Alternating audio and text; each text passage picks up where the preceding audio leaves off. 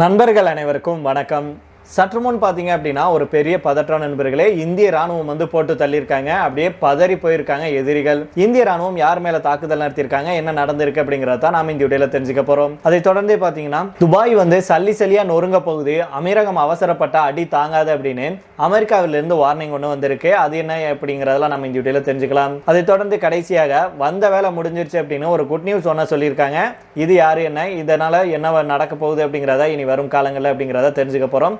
அதனால ஸ்கிப் பண்ணாம கடைசி வரைக்கும் பாருங்க. அதுக்கு முன்னாடி நம்முடைய சேனலை சப்ஸ்கிரைப் பண்ணலனா மறக்காம சப்ஸ்கிரைப் பண்ணிக்கோங்க. புதுசா நீங்க பார்த்துட்டு இருக்கீங்கனாலும் சப்ஸ்கிரைப் பண்ணிட்டு பாருங்க.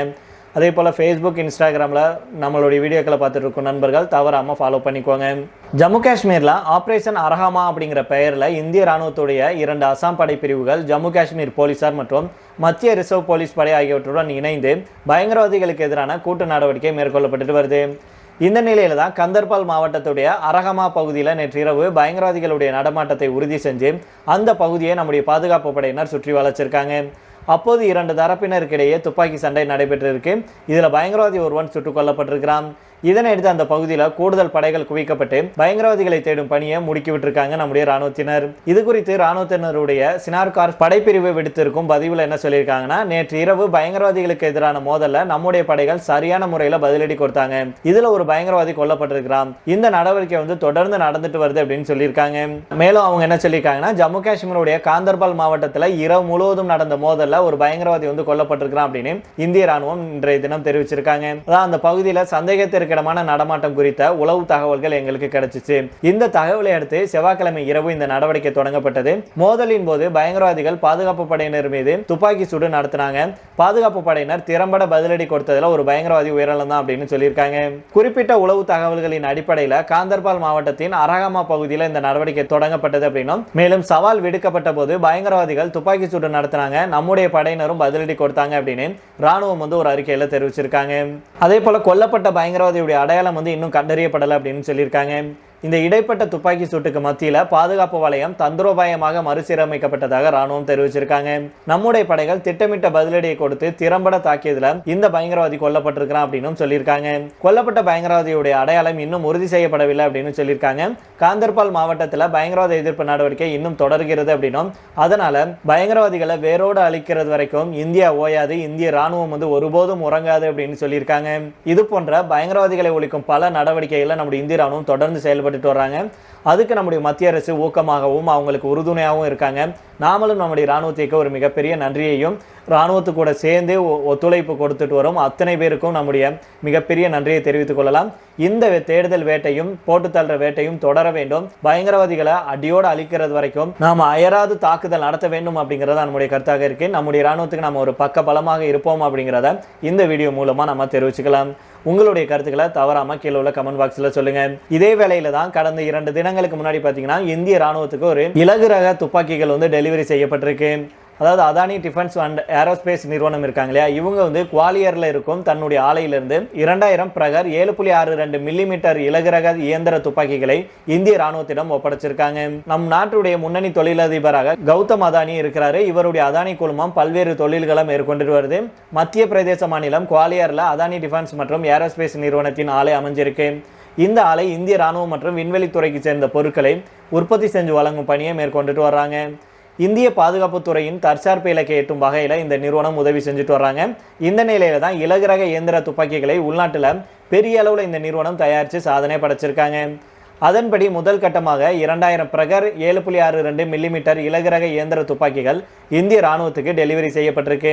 இந்த டெலிவரி அப்படிங்கிறது குறிப்பிட்ட காலக்கெடு முடிவடைவதற்கு 7 மாதங்களுக்கு முன்னதாகவே வழங்கப்பட்டிருக்கு. அதாவது ஃபர்ஸ்ட் ஆஃப் ப்ரொடக்ஷன் மாடல் திட்டமிடப்பட்ட 18 மாதங்களுக்கு பதிலாக 6 மாதங்களுக்குள் உருவாக்கப்பட்டது.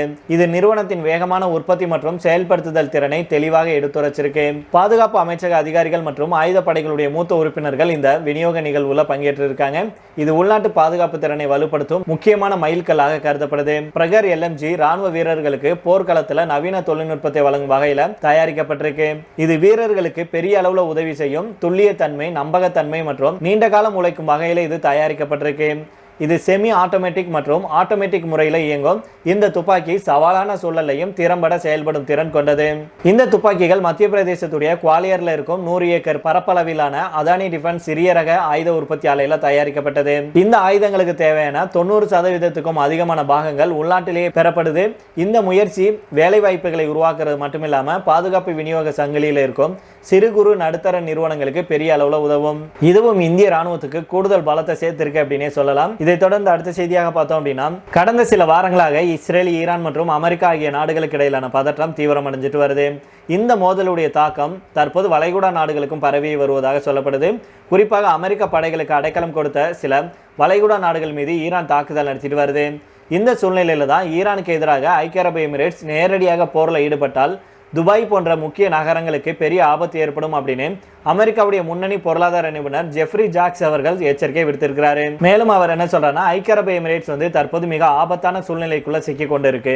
அமெரிக்கா மற்றும் இஸ்ரேலுடன் நெருங்கிய உறவை பேணுவதன் மூலம் ஐக்கிய அரபு எமிரேட்ஸ் தன்னைத்தானே ஆபத்துக்குள்ள தள்ளி கொண்டிருக்கு அப்படின்னு அவர் சொல்லியிருக்கிறாரு. மேலும் இந்த மோதல்ல நேரடியாக ஈடுபடுவது அந்த நாட்டுக்கு கடுமையான விளைவுகளை ஏற்படுத்தக்கூடும். ஐக்கிய அரபு எமிரேட்ஸ் போர்ல இறங்கும் சூழ்நிலை ஏற்பட்டால் துபாய் மற்றும் அபுதாபி போன்ற முக்கிய நகரங்கள் தாக்குதலுக்கு உள்ளாகும் அபாயம் இருக்கு.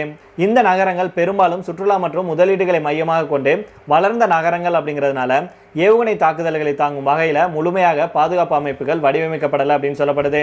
துபாய் போன்ற நகரங்கள் உலகம் முழுவதிலிருந்தும் முதலீட்டாளர்கள் மற்றும் சுற்றுலா பயணிகளை ஈர்க்கும் வகையில் உருவாக்கப்பட்டிருக்கு. ஆனா போர் சூழ்நிலையில இந்த மாதிரியான நகரங்கள் பெரிய ஆபத்தை சந்திக்க நேரிடும். ஒரு போர் சூழ்நிலைகளுக்குள் இந்த மாதிரியான நகரங்கள் இழுக்கப்படுவது அதன் பொருளாதார நோக்கத்தையே சிதைக்கும் நடவடிக்கையாக மாறும். மேலும் அமெரிக்கா கூட நெருங்கிய பாதுகாப்பு உறவு வச்சிருக்கிறது சில நேரங்கள்ல அந்த நாடுகளுக்கு ஆபத்தான விளைவுகளை ஏற்படுத்தும் அப்படின்னு அவர் சொல்லியிருக்கிறாரு. குறிப்பாக வெளிநாட்டு பாதுகாப்பை அதிகமாக நம்புறது எதிர்காலத்துல பெரிய சிக்கலை உருவாக்கும் அபாயம் இருப்பதாகவும் அவர் சொல்லியிருக்கிறாரு. வளைகுடா பகுதியில் நிலவிட்டு வரும் பதற்றமான சூழ்நிலை காரணமாக அங்கே இருக்கும் நாடுகள் மிகுந்த எச்சரிக்கையுடன் செயல்பட்டு வர்றாங்க.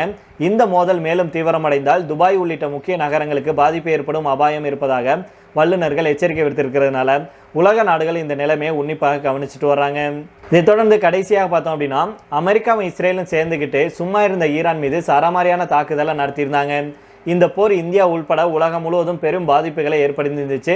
இந்த நிலையில தான் எப்போது போர் முடியும் அப்படிங்கிற குறித்து ட்ரம்ப் அவர்கள் வெளிப்படையாகவே பேசியிருக்கிறாரு. ஈரானுடனான போரை சில வாரங்களுக்குள் முடிவுக்கு கொண்டுட்டு வர முடியும் அப்படின்னு சொல்லியிருக்கிறாரு.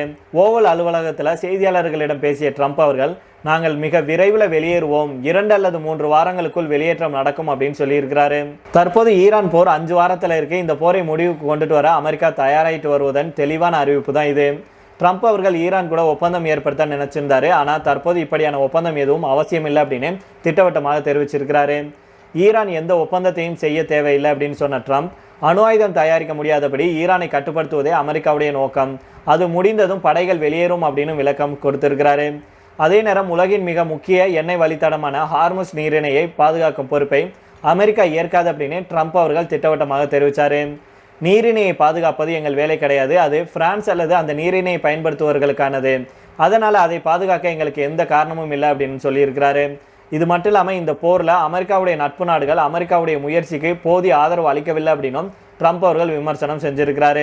இதற்கிடையில தான் இஸ்ரேலுடைய பிரதமர் பெஞ்சமின் நெத்தனியாக இருக்கார்ல, அவர் என்ன சொல்றாருன்னா, இந்த தாக்குதல் ஈரானிய ஆட்சி முறையை நசுக்கி வருது, இஸ்ரேல் பிராந்தியத்துடைய முக்கியமான நாடுகள் கூட புதிய கூட்டணிகளை உருவாக்கிட்டு வருகிறது அப்படின்னு அவர் சொல்லியிருக்கிறாரு.